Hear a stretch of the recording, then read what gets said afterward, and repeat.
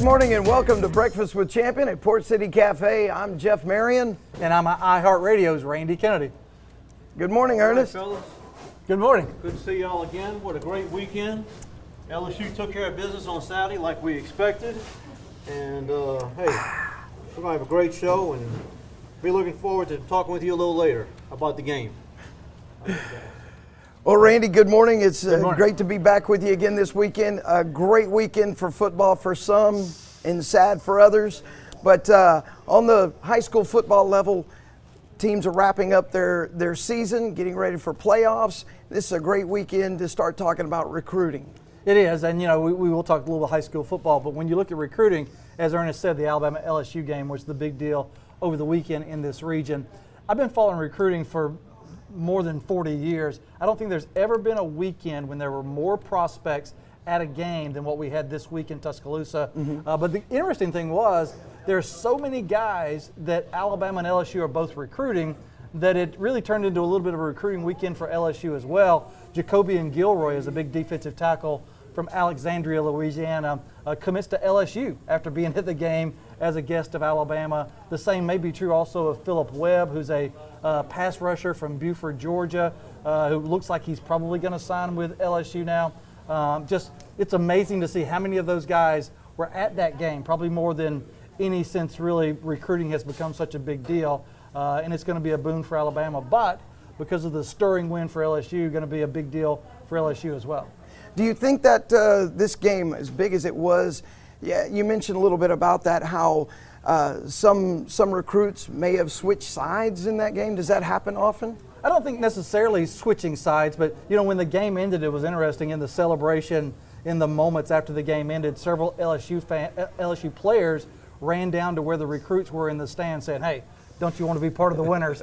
So that was kind of an interesting twist to that. I don't know if it changes your mind just off of one game, but there's no way if you were considering LSU, you wouldn't have gotten caught up in that excitement of such an outstanding win on the road. So it can't hurt for sure. It doesn't kill Alabama's chances, but it certainly doesn't hurt when you're able to go on the road and have that sort of win. Well, speaking of recruiting and champions and winning games, Gulfport's still staying on top in the rankings. They're still staying on top on the Gulf Coast. D'Iberville was able to pull off a win. They're just a game behind Gulfport having the head-to-head. What else are you seeing what else did you see this weekend in high school football? Well, it's interesting. Obviously, the playoffs is what matters. You want to win a state championship. That's what it's all about. Just like in the pros, you want to win a Super Bowl, or college, you want to win a national championship. But for Gulfport to be able to beat Biloxi the way they did in a very competitive, close game, it just kind of continues this dominance that Gulfport has had on the coast. It's a touchdown game, very competitive game with Biloxi, but Gulfport is that team still on the coast. But now we go into the playoffs, and we'll see how well they're able to do. Of course, some teams started the playoff last week, but now everybody into the postseason. So we'll see. We got some teams on the coast who have a chance to be strong contenders going into the postseason. Well, it looked like Picayune might have had a struggle, but it looks like they remain undefeated as they head into the playoffs this weekend coming up. As we come back with Breakfast with Champion, we'll be talking about college football and NFL and some shakeups going on. We'll talk about that when we come back on Breakfast with Champion.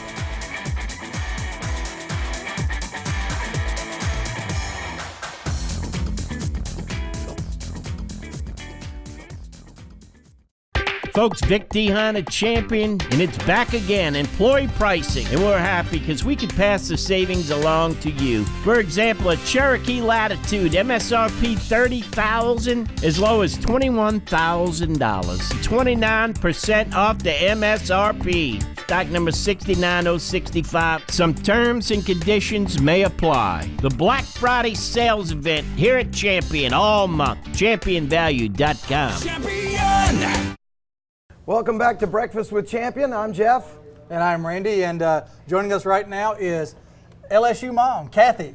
All right, so you were with us 2 weeks ago. We talked some LSU, yes. Alabama. Uh-huh. I did wear my purple shirt. So I'm loving it. I'm loving it. So big win for LSU, huh? This was what we were supposed to say something. I need you to say it to the camera. What you supposed to say? Dun dun dun dun. Go Tigers! Big celebration, yes? Oh my gracious. That was so sweet. It was so sweet. What did you? How did you enjoy the game? Did you have a big party? No, I don't watch LSU games, particularly that kind of game with a group of people. I'm standing in front of the television watching each and every play, so I don't have to be upset if there's not a replay. I understand that. You don't need people asking for the spinach dip when there's a big play going on. No, I don't. But Alabama got outplayed Saturday. Yes. Hello? Yes? I was on the LSU side. They did. Early in the game, LSU's pass rush was outstanding, and Joe Burrow looks like he's going to win the Heisman. I don't mean to interview you, but do you not think that there's a Heisman Trophy winner out of this game? I think there's a very good chance there's going to be the Heisman Trophy First winner. names start with J?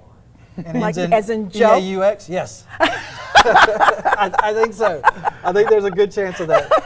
Hey, do you want to play Alabama again, or are you done with them? No, I am there. I was not fearful of Alabama to begin with. I told you last week, and I know everybody thought, oh, she's crazy. LSU is a better team than Alabama. We proved that. That's what Coach Joe said all played along. 22. I bet you couldn't keep your eye on number 22. Well, speaking of LSU's rivals, team. we're going to be talking about how you can win a pair of tickets to go see a rival. Got more information coming up when we rejoin you with Breakfast with Champions. Gotcha.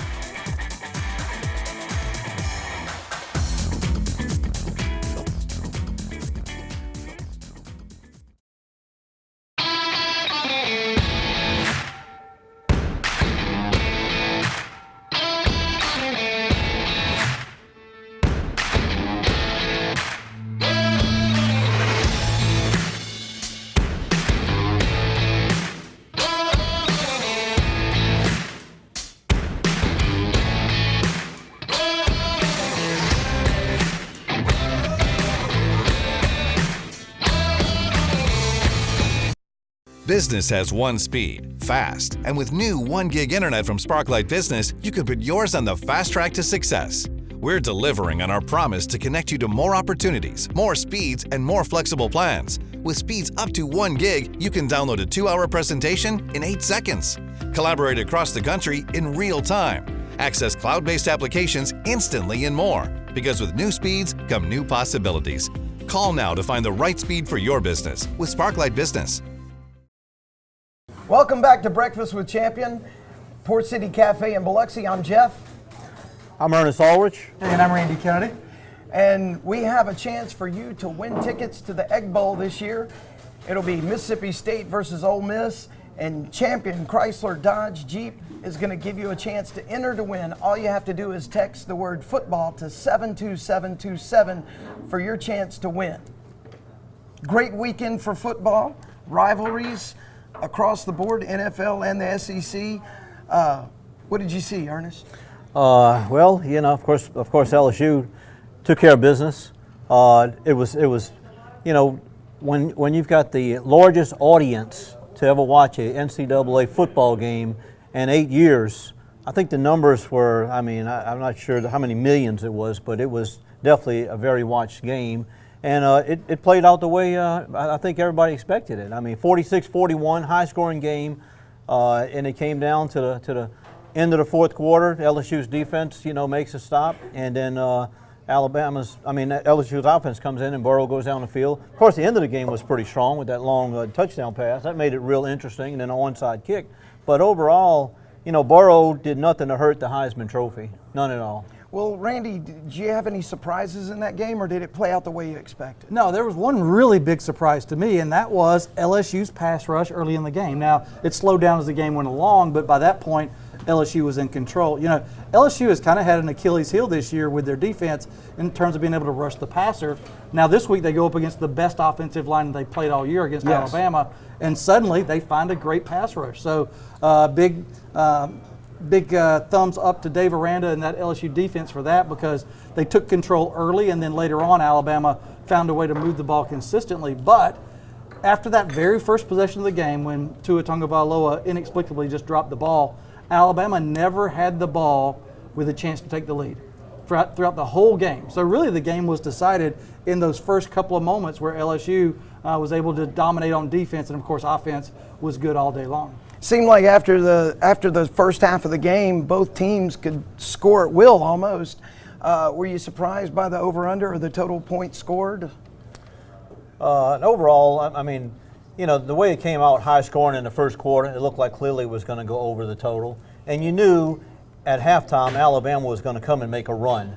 You know, LSU's up by 20, so you knew you had another 20 points coming easily with Alabama, which they did. So LSU wasn't going to hold Alabama down to 13 points after halftime. And you knew Saban was in that locker room probably throwing chairs and you know, making some noises. So that was clearly going to motivate the team to play better in the second half, which they did. So, you know, you knew the over was going to hit when it was 46 points at halftime. You know, in the history of Alabama and LSU, they've been playing since 1895. Only one time before had the loser scored more than 28 points. And of course, we hit that number really early. It's a different age. It's a different age of football. It's not the same old 9-6 LSU Alabama anymore.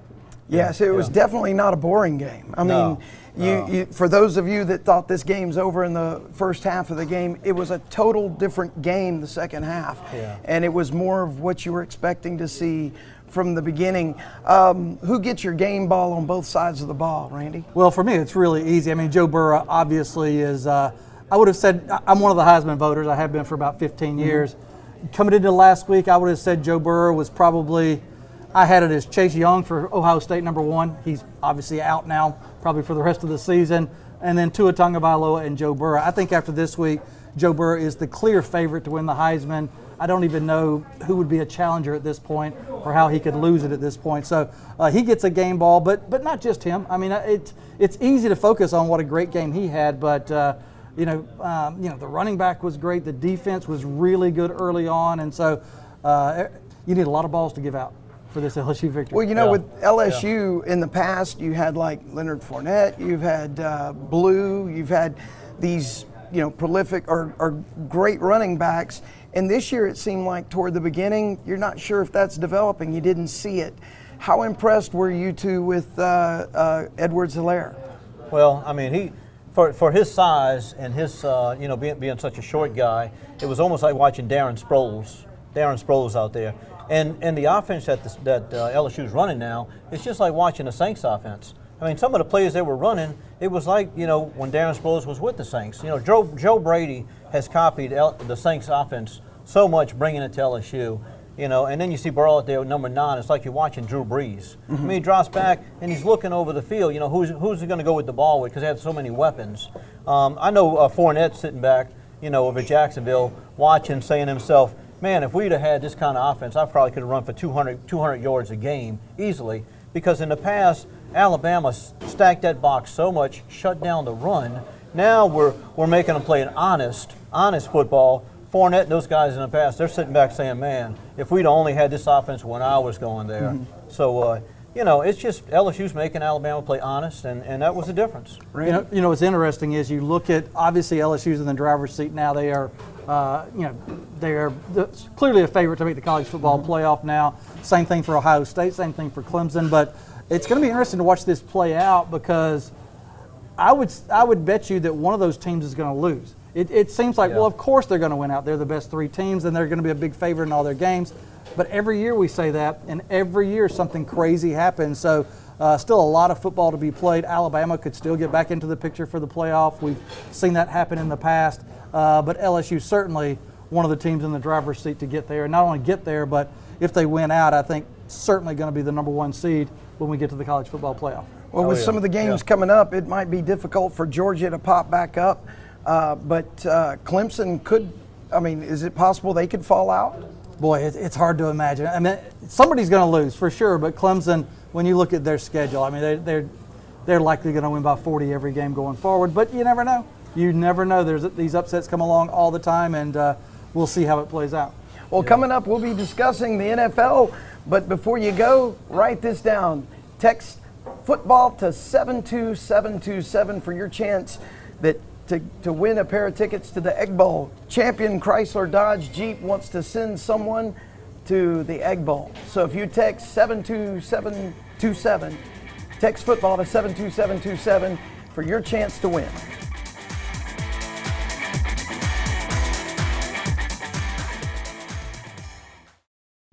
Hey folks, Vic Dehan at Champion Chrysler Dodge Jeep. I got some news for you. Employee pricing is back. You ram bars a 19 Bighorn 4x4, MSRP $50,000. Your price as low as $34,000. That's 32% off MSRP. Stock number 49110. Certain terms and conditions may apply. It's the Black Friday sales event all month at Champion, championvalue.com.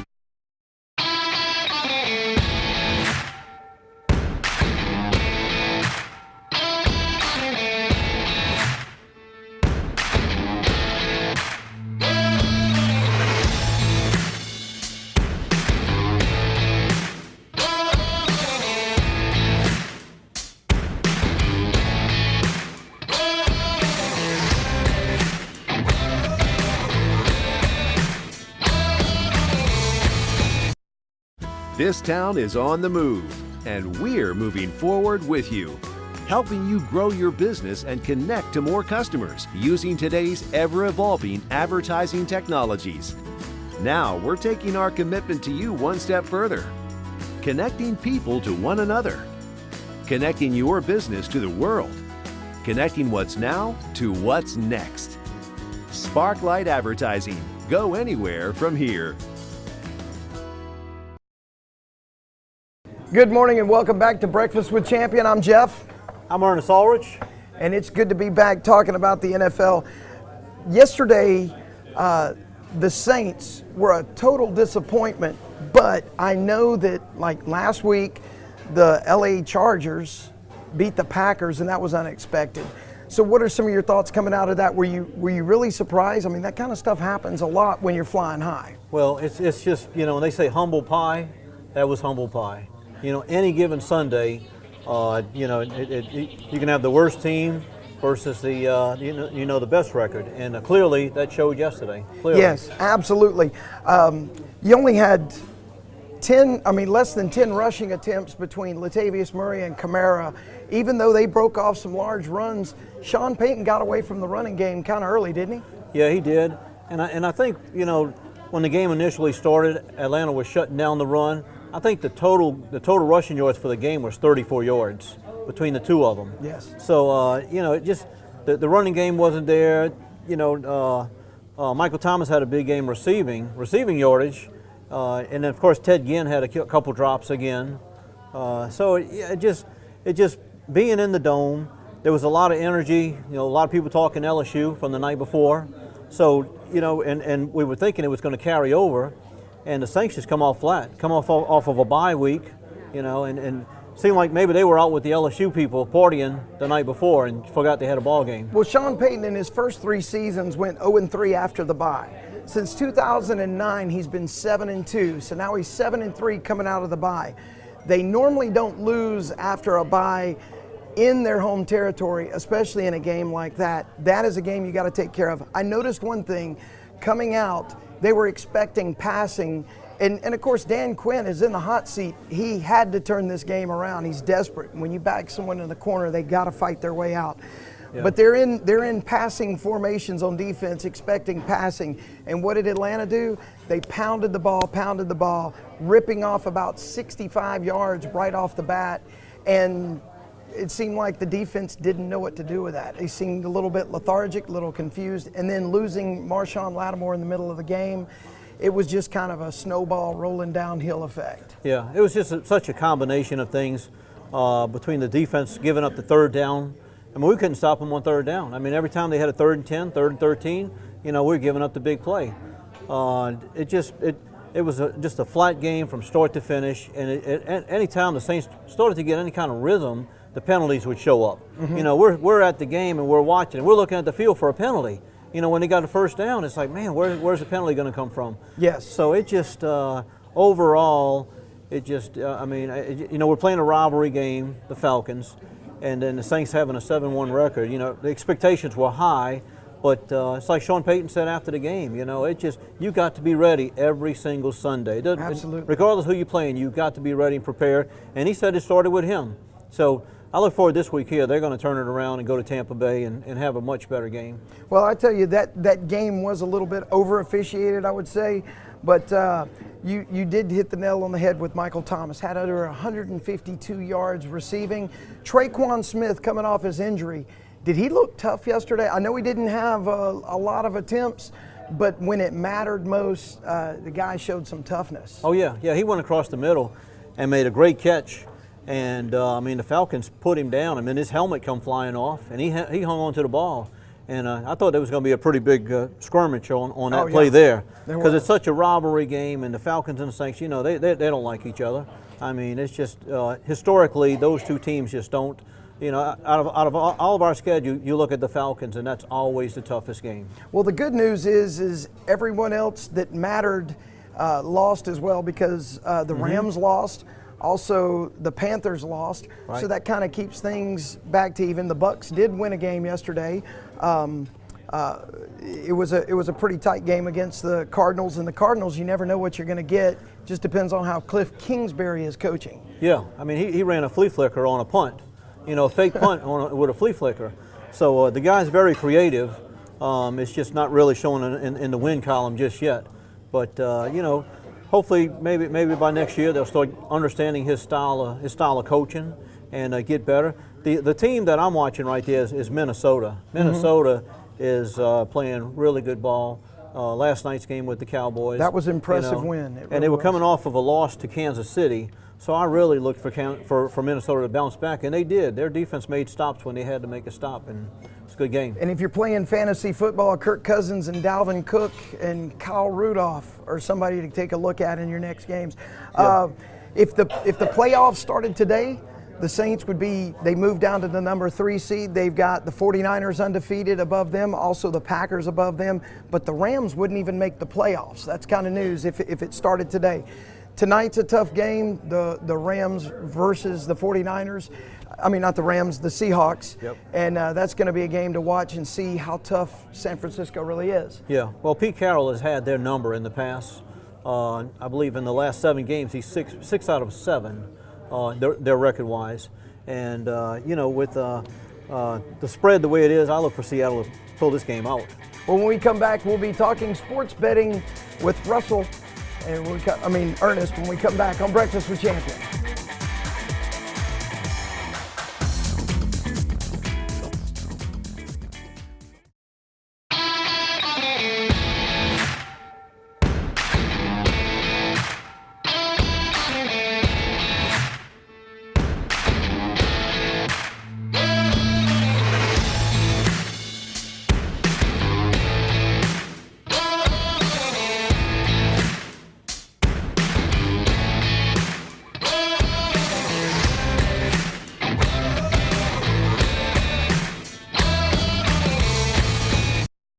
The employee pricing is back at Champion. You pay what the employees pay. Vic Dehan at Champion. We got an MSRP of $37,000 for a Jeep Grand Cherokee. Employee pricing price is $27,000. That's almost 27% off the MSRP. Stock number 69051. Certain terms and conditions may apply. It's a Black Friday sales event all month at Champion. ChampionValue.com.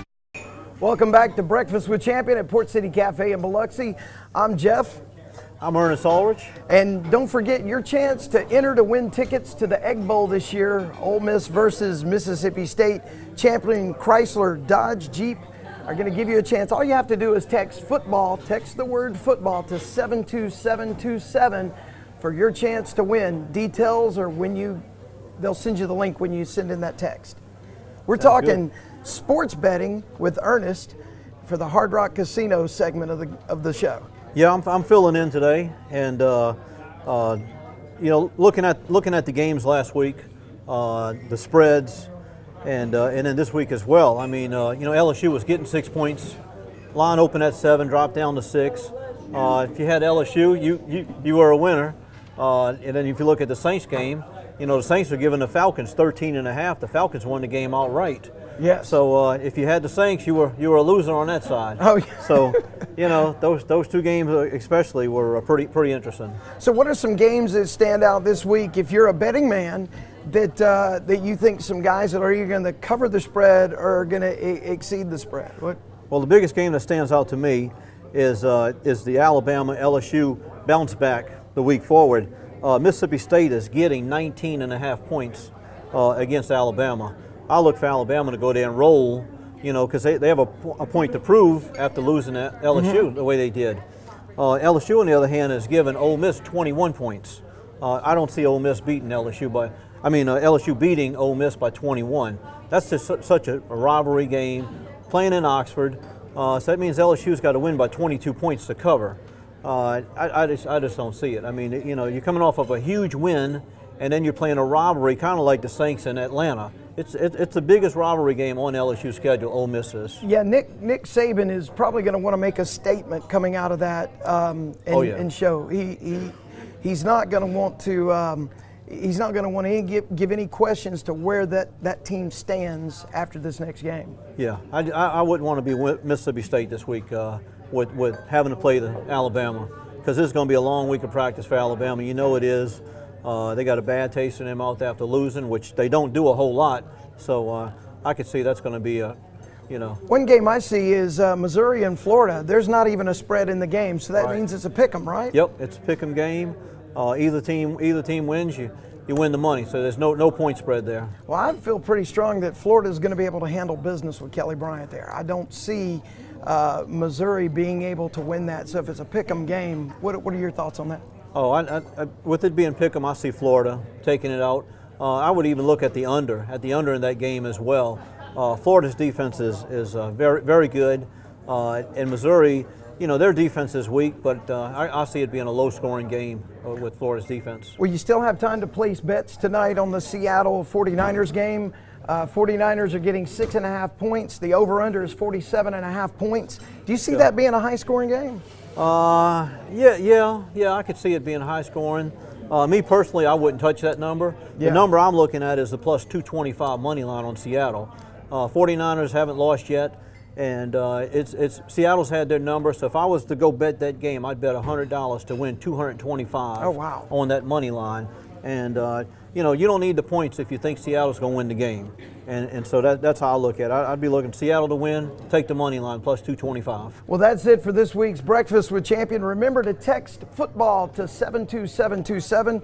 Champion Chrysler Dodge Jeep wants to give you a chance to go to the Egg Bowl on them. A pair of tickets are up for grabs. All you have to do is text football to 72727.